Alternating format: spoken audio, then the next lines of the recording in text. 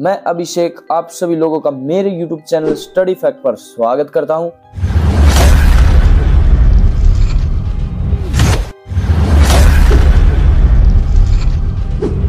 आज हम जानेंगे क्या है एरिया 51 और जानेंगे कि क्या सच में ही यहाँ एलियन देखे गए हैं और इससे रिलेटेड सारे मिथ दूर करेंगे आज इस वीडियो में।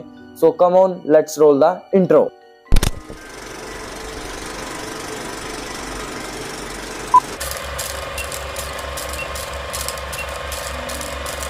अमेरिका में 24 जून 1947 के दिन एक सनसनीखेज खबर तब फैलती है जब एक प्राइवेट पायलट कीनेथ आर्नोल्ड ने दावा किया कि उसने अपने सिएटल शहर के नजदीक पहाड़ी के पास नो फ्लाइंग सॉसर्स यानी कि यूएफओस को देखा है। इसके कुछ हफ्तों बाद न्यू मैक्सिको के मैक ब्राजील को याद आता है कि उसने अपने खेत में कुछ अजीबोगरीब ऑब्जेक्ट को खेत में पड़ा देखा है। फिर वो इसे पुलिस स्टेशन ले जाता है और वहां उस पर कर्नल विलियम ब्लैंकर्ड की नजर पड़ती है, जो कि रूजवेल्ट आर्मी एयरफील्ड RAF के कमांडिंग ऑफिसर होते हैं। फिर ये उस वस्तु को यूएफओ मान लेते हैं। आप समझ सकते हैं कि अमेरिका के लोगों में कितना डर का माहौल और कितना एक्साइटमेंट रही होगी कि उनकी आर्मी मान लेती है कि ये एक यूएफओ है। लेकिन उसके एक दिन बाद ही आर्मी कहती है कि ये कोई एयरफोर्स नहीं, ये बल्कि एक ये बैलून है, ये एयर बैलून है जो कि इनके खेत में गिर गया था। और फिर बाद में पता चलता है कि वो एयर बैलून नहीं, वो न्यूक्लियर बैलून था जो कि न्यूक्लियर वेव को दूर से डिटेक्ट करने के लिए काम आता था। मतलब अगर दूर कहीं USSR न्यूक्लियर बॉम्ब की टेस्टिंग करता तो ये उसकी वेव को ऑब्जर्व करके बता सकता था कि दूर कहीं न्यूक्लियर टेस्ट हुआ है। न्यूक्लियर टेस्ट को डिटेक्ट करने वाले बैलून्स को प्रोजेक्ट मैग्यूल के अंदर आते हैं। ये प्रोजेक्ट 1947 में चलाया गया, जिसके अंतर्गत USSR की न्यूक्लियर एक्टिविटी का पता लगाया जाता था और इस पूरे इंसिडेंट को द रूजवेल्ट इंसिडेंट से जाना गया। आधुनिक संसार में UFO देखे जाने की ये पहली घटनाएं थी। इसके बाद तो इन घटनाओं ने बहुत जल्दी ही तूल पकड़ लिया और ये घटनाएं बढ़ती गई। अब आप मैप पर समझिए कि मीडिया में ये खबर फैलने लगी कि USA में जहां न्यूक्लियर साइट है वहां फ्लाइंग सोर्सेज ज्यादा पाए जाते हैं। अब आप जानिए कि USA ने UFO शब्द, जिसका मतलब होता है कि अनआइडेंटिफाइड फ्लाइंग ऑब्जेक्ट, जिसका अर्थ है उड़ने वाली हर एक वस्तु UFO है जिसे इंसान नहीं पहचानता। इसका मतलब ये नहीं कि वह एलियन है, किंतु उस समय UFO शब्द को डायरेक्ट लिंक कर दिया गया था एलियन से। इसलिए US गवर्नमेंट ने UFO शब्द की जगह UAP वर्ड का यूज करना शुरू कर दिया, जिसका मतलब था अनआइडेंटिफाइड एरियल फिनोमिना, यानी कि अज्ञात हवाई घटनाक्रम। इन दिनों ऐसी धारणा बनी कि जितने भी एलियन इंसिडेंट होते हैं उनमें से कुछ एलियन के फ्लाइंग सॉसर्स क्रैश भी होते होंगे और उन क्रैश प्लेन को एरिया 51 में लाया जाता होगा और यहाँ के साइंटिस्ट इन प्लेन और एलियन टेक्नोलॉजी को रिवर्स इंजीनियरिंग करते हैं, मतलब रिवर्स इंजीनियरिंग करते होंगे। अगर आपको रिवर्स इंजीनियरिंग का नहीं पता तो इसमें आप उस वस्तु, मतलब जो आपको मिली है, उसकी सहायता से आप उसकी टेक्नोलॉजी को ढूंढते हो, मतलब उसकी जैसी सेम वस्तु को अपने घर पर बनाने की कोशिश करते हो और अगर आप इसमें सक्सेस हो जाते हो, यही रिवर्स इंजीनियरिंग कहलाती है। और कुछ लोगों का तो मानना है कि यहाँ एलियन बॉडी को भी प्रिजर्व फॉर्म में रखा गया है और यहाँ उनकी बॉडी के साथ एक्सपेरिमेंट किए जाते हैं, उनके साथ इन्वायरमेंट में देखा जाता है कि उनकी बॉडी यहाँ के इन्वायरमेंट में कैसा रिएक्ट करती है। इन बातों को और हवा तब मिली जब बॉब लेजार ने इन सब बातों को सच बताया। बॉब लेजार ने क्लेम किया कि उसने एरिया 51 में रिसर्चर के रूप में काम किया है। वो यहाँ एलियन स्पेसशिप की रिवर्स इंजीनियरिंग करने में सहायता करते थे, मतलब उनकी पूरी टीम थी। अब आगे आप जो क्लिप देखेंगे वो जो रोगन के पॉडकास्ट की है। जो लोग जो रोगन को नहीं जानते ना, उनके लिए बता दें कि ये एक बहुत बड़े पॉडकास्टर हैं। उनके पॉडकास्ट नंबर 1315 में खुद बॉब लेजार आए थे। For people who don't know the story, let's give them the bullet points. You used to work at Area 51. In Area 51, you went like, huh? Well, you know, we want to be accurate. Okay. Area S4. S4. Okay. It's about 15 miles south of Area 51. Okay. चलिए तो अब समझते हैं area 51 की location क्या है। तो area 51 पश्चिमी अमेरिका के नेवादा स्टेट में ग्रूम झील, जो ग्रूम झील एक ड्राई लेक है, सूखी झील है, के पास स्थित है। जहाँ ये स्थित है ना, यहाँ बड़ा सुनसान इलाका है जहाँ 300 किलोमीटर लंबा मुजेवा डेजर्ट मौजूद है। यह सिर्फ एयरफोर्स का सीक्रेट बेस है। यहाँ पर अमेरिका की एयरफोर्स काम करती है। एरिया 51 के नजदीक सिर्फ रेचल नाम से एक विलेज पड़ता है, जिसकी जनसंख्या 2020 के अनुसार मात्र 48 की संख्या थी यहाँ पे। तो आप सोच सकते हो ये कितना सुनसान इलाका रहा होगा। यहाँ के हाईवे का नाम भी एक्स्ट्रा टेरेस्ट्रियल हाईवे नेम है। और इसका जगह के आसपास के साइन बोर्ड पर भी एलियन स्पेसशिप की फोटो होती है। इसका मतलब ये होता है कि यहाँ के जो लोग हैं ना, वो एक तरह से इसको हॉन्टिंग और एलियन वाली जगह से इसकी पहचान चाहते हैं, क्योंकि मतलब इन्हीं से उसका प्रचार हो रहा है। तो यहाँ के थोड़ी बहुत बिक्री भी होती होगी इसके हाईवे के पास। और यहाँ से एक लगभग 250 किलोमीटर का एक हाईवे निकलता है, जिसका नाम यही है शायद, एक्स्ट्रा टेरेस्ट्रियल हाईवे। और यहाँ के लोग चाहते हैं कि ये ऐसे ही बना रहे, क्योंकि इससे इनका प्रचार होता है, थोड़ी बहुत बिक्री भी हो जाती है। अगर आप भी कभी एरिया 51 के नजदीक जाएंगे तो आपको बोर्ड पर लिखा मिलेगा, warning warning warning, photograph of this area is prohibited. Area 51 के चारों तरफ कड़ा पहरा मिलेगा, इसके अंदर जाने पर आपको कई साल की सजा भी हो सकती है।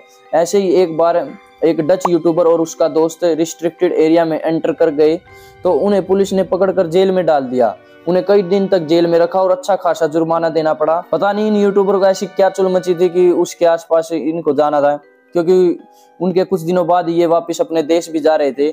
लेकिन ये तो शायद वहाँ के नागरिक नहीं थे और इन्होंने ये बहाना बनाया कि हमें वहाँ की लैंग्वेज नहीं आती थी। उन्होंने साइन बोर्ड पर ध्यान नहीं दिया, उनको इंग्लिश नहीं आती थी, तो इसलिए वे बच गए। और आप ऐसा करने की बिल्कुल सोचना भी मत, क्योंकि शायद आप इतने खुशकिस्मत ना हो। ऐसी ही घटना बीबीसी के क्रू के साथ भी घट चुकी है। बीबीसी को तो आप जानते ही होंगे, न्यूज चैनल है बहुत बड़ा, और ये डॉक्यूमेंट्री बनाने में भी काफी माहिर है। और ये ऐसे ही डॉक्यूमेंट्री बनाने के लिए एरिया 51 के काफी नजदीक और शायद रिस्ट्रिक्टेड एरिया में भी चले गए होंगे। चले गए थे, आप फोटो में देख रहे हैं। और जब उसकी पुलिस को पता लगा कि मतलब यूएस पुलिस को पता लगा कि ये फोटोग्राफी कर रहे हैं, तो उन्होंने उसको भी 3 घंटों तक घुटनों पर उनको बैठाए रखा है और उनको इन दौरान गन पॉइंट पे रखा है। उनको तब तक नहीं छोड़ा गया जब तक उनके आइडेंटिटी कार्ड पूरी तरह से ऑथेंटिक साबित नहीं हुए। ऐसी ही एक और घटना है जब मैटी रॉबर्ट्स नाम के एक शख्स ने फेमस होने के लिए एक फेसबुक इवेंट्स बनाया और इसमें लिखा कि एरिया 51 की सीक्रेट फैसिलिटीज में हम सभी लोग, हजारों लाखों लोग वहां इकट्ठे होंगे और फिर एरिया 51 पर दावा बोल देंगे, they can't stop all of us. ये आर्मी वाले लोग इतने सारे लोगों को नहीं रोक पाएंगे। और इसमें साथ लिखा था कि अगर आर्मी वाले लोग हम पर गोली चलाएंगे तो हम नारुतो की तरह भागेंगे। अगर आप नारुतो को नहीं जानते तो ये एक जापानीज शो है जिसमें नारुतो नाम का बंदा कुछ अजीब तरह से भागता है। मैटी के फेसबुक इवेंट पर कुछ ही दिनों में 20 लाख लोगों ने अपनी अटेंडेंस लगवा ली और वे यहाँ जाने के लिए तैयार हो गए। इस इवेंट के इतने फेमस होने पर मैटी डर जाते हैं और वो कहते हैं यह सिर्फ मजाक था।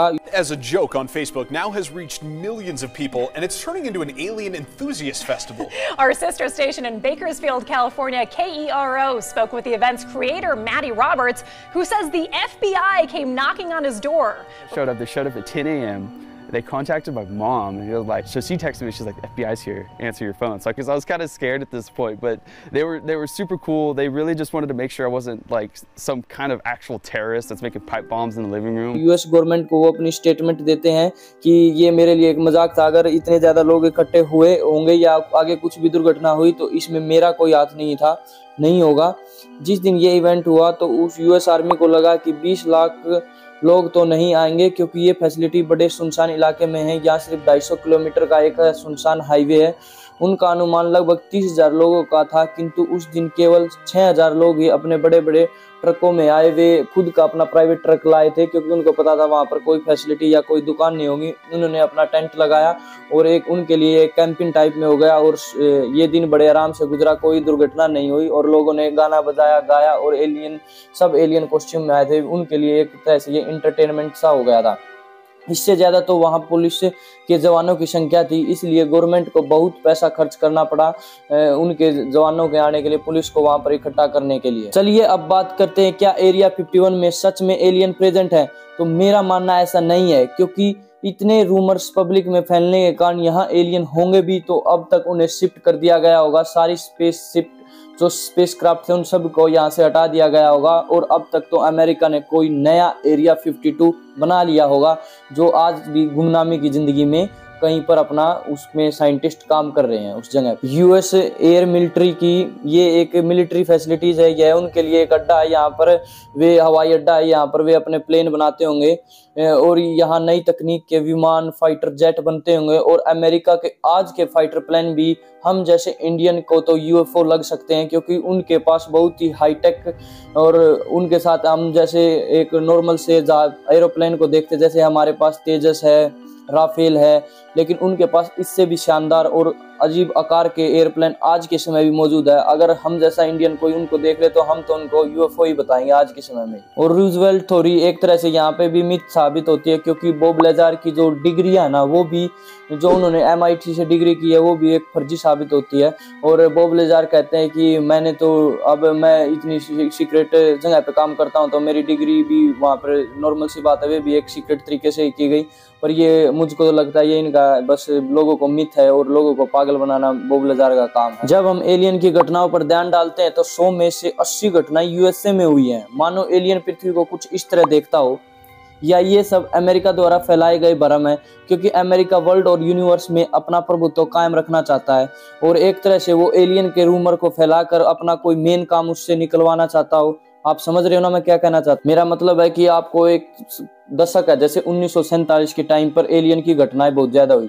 उस टाइम पर शायद अमेरिका चाहता हो कि वो एलियंस के रूमर्स को फैला दे और उसको कोई अपना साइड बाय साइड कोई न्यूक्लियर टेस्ट करना हो, या उसको कुछ गलती हुई हो। जैसे आज के समय पे ये हथियार, जैसे चीन ने कोरोना बनाया था, वैसे ही अमेरिका ने भी कोई जैविक हथियार बना लिया हो और उसको गलती से वो ज्यादा ही मतलब ह्यूमन को या नेचर को बहुत ज्यादा नष्ट करता हो, तो इसलिए उसको ढकने के लिए अमेरिका ने एलियन का रूमर फैला दिया हो। ये भी एक पॉइंट हो सकता है, क्योंकि आप जानते ही अमेरिका किसी का सगा नहीं है। और ऐसी ही इंटरेस्टिंग और फैक्टफुल वीडियो देखने के लिए मेरे चैनल स्टडी फैक्ट को लाइक, शेयर, सब्सक्राइब जरूर कीजिएगा and don't forget to comment on my channel. और कर दो यार सब्सक्राइब, इसमें आपका क्या जाता है, मेरा मोटिवेशन बन जाता है और मेरे को और भी वीडियो बनाने का मन करता है। आप क्योंकि आपका कमेंट, लाइक, शेयर मुझको बहुत ज़्यादा मोटिवेशन देता है और इसी मोटिवेशन के थ्रू मैं अपनी नेक्स्ट वीडियो और अच्छे तरीके से बना पाऊंगा। Thank you.